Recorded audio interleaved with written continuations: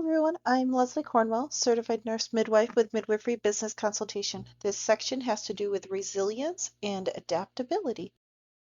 A legal disclaimer we put at the beginning of all of our presentations. This information is for general and educational use only. Content is not intended to substitute for professional, legal, or clinical advice. We strive to keep our information as accurate and timely as possible, but make no promises and guarantees. It works for your local unique situation.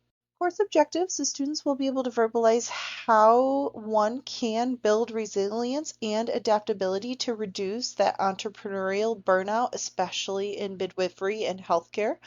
Students will be able to verbalize the 4 action areas to build on that platform of adaptability and resiliency in their business. Students will be able to verbalize the 5 ways to adapt to change and build more resilient business models.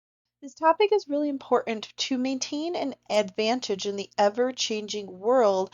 You have to be able to adjust your strategies, embrace new technology, pivot when your business needs you to, so that you're not only surviving, but you're thriving for the long haul. This helps you to navigate the inevitable challenges and the things that are going to come up in the business world that could get in your way of growing to that successful level you want to be at. How can you build resilience and adaptability to reduce entrepreneurial burnout? You need to know your passion, your purpose. Entrepreneurs are motivated by a clear and meaningful purpose to their work. They are driven. Yes, the money is a financial incentive, but you can get paid all the money in the world, and if it's something against your purpose, your passion, your beliefs, it doesn't matter.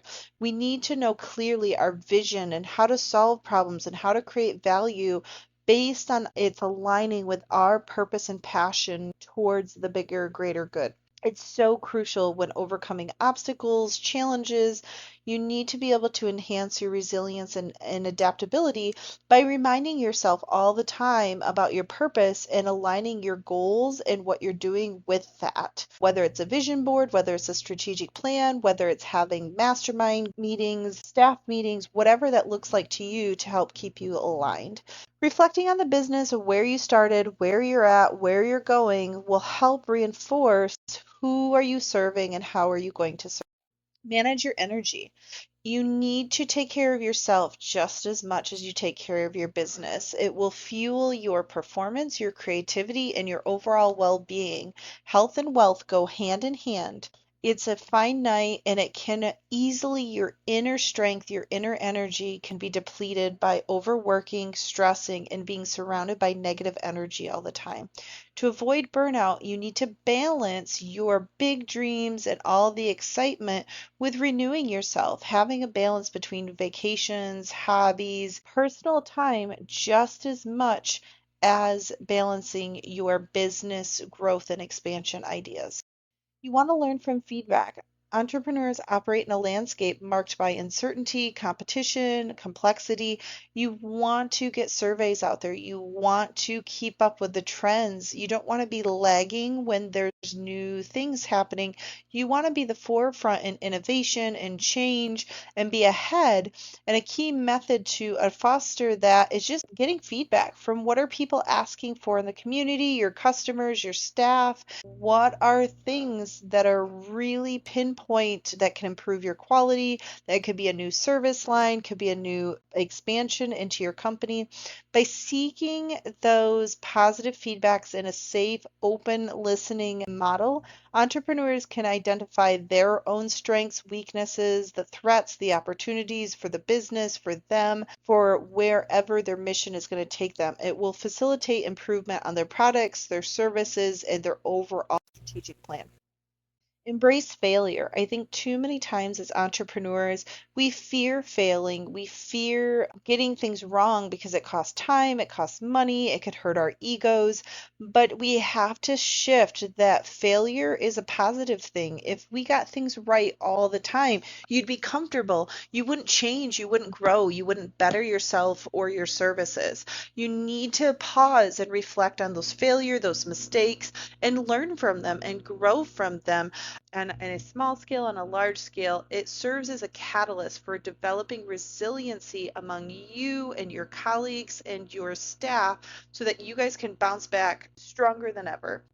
By embracing failures and viewing them as an opportunity rather than a threat, you're recognizing it's a process. It's not the end of the road. It's not the person. The mistake was not what someone did. It was a Swiss cheese effect through your processes. And so when you deflect off of the mistake as a certain individual or person, you can really embrace, let's improve things. It's not a bad situation. Celebrate your wins. Too many times we go quickly from one thing to the next thing. We have to honor and cherish where we came from, where we're at now, and be proud of those milestones, those achievements. Our society does so much of negative in our bodies on ingraining into negative emotions. We need to have an abundance journal. We need to have half of our meetings spending time acknowledging compliments, kudos, things the staff and yourself are doing, just as much improving processes. We need to acknowledge and enjoy those moments with journals, with gratitude, with public announcements, appreciations, and excitement to shout to the rooftops all the amazing that you're working on. There's 4 action areas to build an adaptable and a resilient business. You want to be flexible and agile as an organization. There are so many amazing books out there about that yin and yang between strong foundations that are rock solid, but also having many committees and meaty, agile parts of your entity that can solve problems, put out fires when they're little. As corporations grow, there is an art between staying small and personalized and adaptable, and also leveraging those big corporate competitive edges that you can have. So you want to establish responsive cultures and structures that the people on the boots on the ground can solve things and fix things and are given permission to improve processes. If they're the experts, they're on the front line. You want to be able to not have 2 years of department meetings and be slow and clunky to be able to fix things. A more decentralized structure with distributed decision making among it. You want to give more autonomy to the leaders among the minier teams, fostering and inspiring innovation and change. They're going to catch problems. They're going to be proactive versus reactive. Oh crap, this happened. Now what are we going to do about it? That's good enough. You want to be the best of the best and you want to challenge your team. We don't want to be 100. We want to be 110%. We got to 110%. Now we want to get to 120%. So you want to make an organizational work culture that ensures the employees are being engaged. They appreciate the bigger mission. They're not just coming there for a paycheck. They are also there to make this business very successful. You want to empower your team, improve collaboration. Your success lies in allowing your team to value each other's perspectives and differences, and each one brings such an amazing thing to the team, valuing that culture, allowing freedom, that the ownership of their work, taking on little mini projects and little things and challenges, and having them be part of the organization, not just their little job description. Empower your team to feel more motivated, committed to their work, appreciating. They're going to give more resources. They're going to support more. They're going to encourage more of a collaboration, thinking outside the box. You want creativity of how to be resourceful within the organization with supplies, with how you talk to people.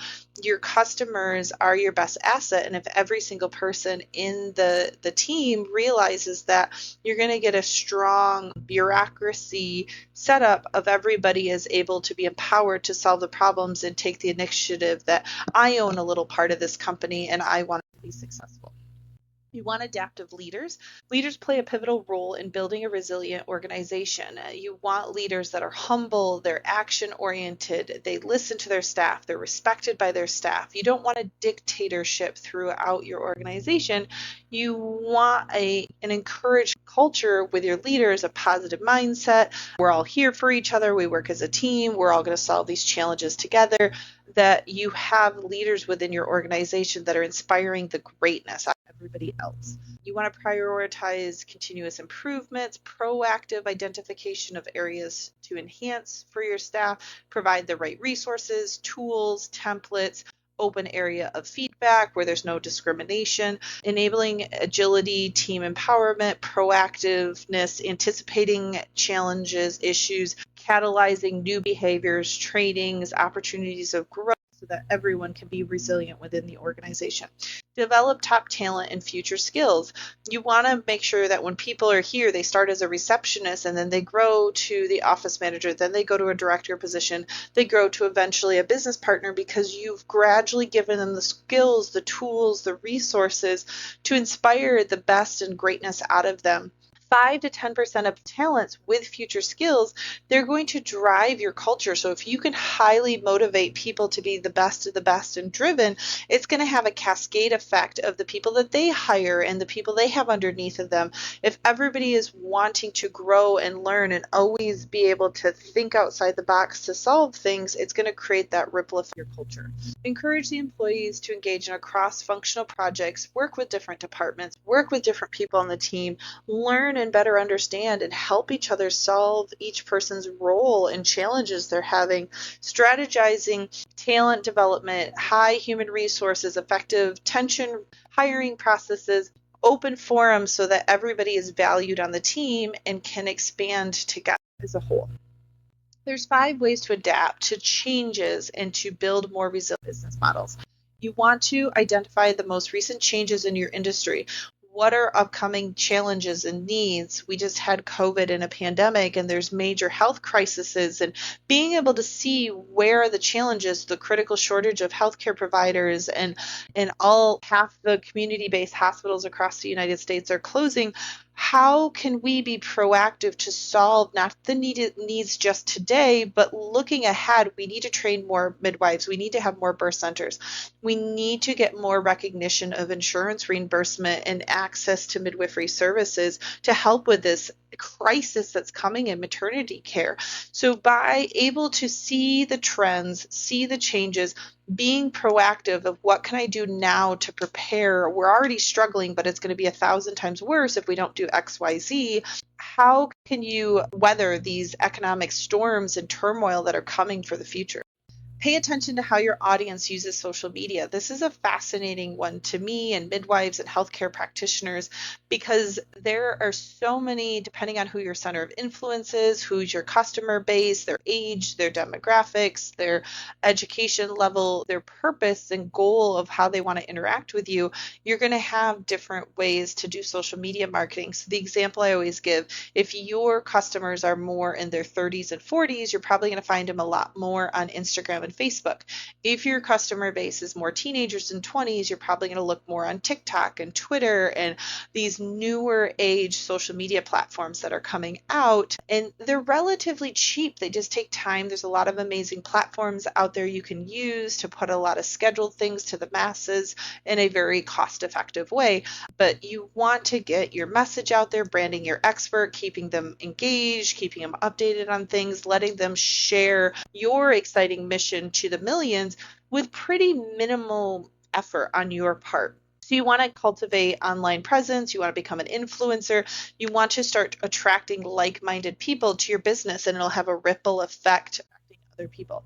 You want to employ great people that will have a knack for innovation, problem solving, taking initiative, high work ethics. They are going to be your day-to-day that, oh, this has been broken and we've told someone to fix it for 3 weeks now. They took the initiative, they figured it out, they made some phone calls, they solved it versus just passing it on to somebody else because it's not my problem. We all are accountable for the littlest things and the biggest things of how the space looks for cleanliness. If there is a glitch or a typo in something and you catch it, everybody is accountable to be able to catch and fix the problems that are happening in real.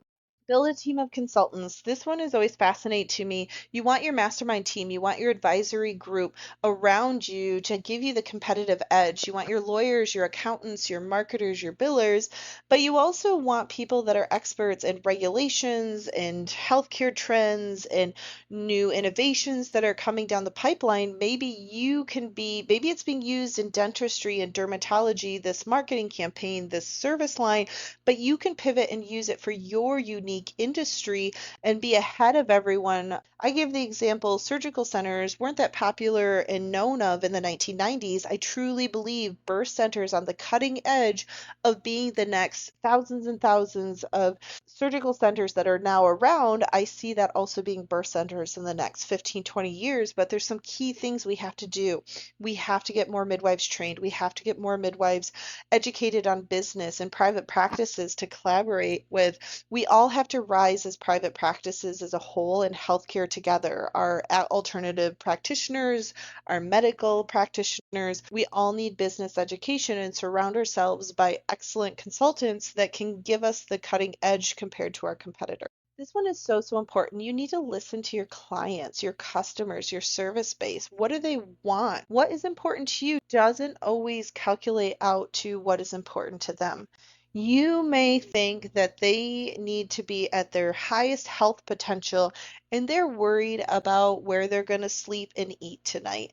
We have to be cognizant of their Maslow hierarchy of needs. We have to understand their knowledge base, their drivers, their incentives. If they can't see what you can see, it doesn't matter. Or maybe you have such great ideas, but there's 5 extra things that have to be created as a service line in the system to make them possible to the masses. So you have to learn, how can you scale something out? Yes, a client has an issue, but how can you turn it into a business? How can you make it so it serves thousands, not just that one client in front of you? So there's always an art with healthcare and starting a business of like, what are the challenges? Is it cost effective? What analysis do I have to do? Where are the trends of the market going? Are there any pending regulation changes that I should be aware of that maybe will make this a challenge in the future? That's part of our challenges being the business owner, to listen to our clients and how can we solve their problems in a large. So it's just a conclusion. Entrepreneurial burnout is a big, big deal in healthcare and every other industry. If you don't have the passion and drive behind what you're doing, it doesn't matter how much money you make. It doesn't matter how many resources and things are given to you. If this isn't something deeply passionate to you to change and fix in your little wheelhouse of the world, it's not going to matter. So to become a more adaptable, resilient company, business owner, there's very key things that are noticed. You have to have a flexible organization, you have to be empowered, you have to have adaptable leaders, and you have to recruit amazing talent. You have to prioritize work culture in a positive light. You have to be pivotable. You have to have a strong commitment. You have to be continuous learners. You have to listen to your clients. You have to anticipate where the market and trends for your industry are going and how are you going to solve those problems and be the innovators to serve people on a large scale.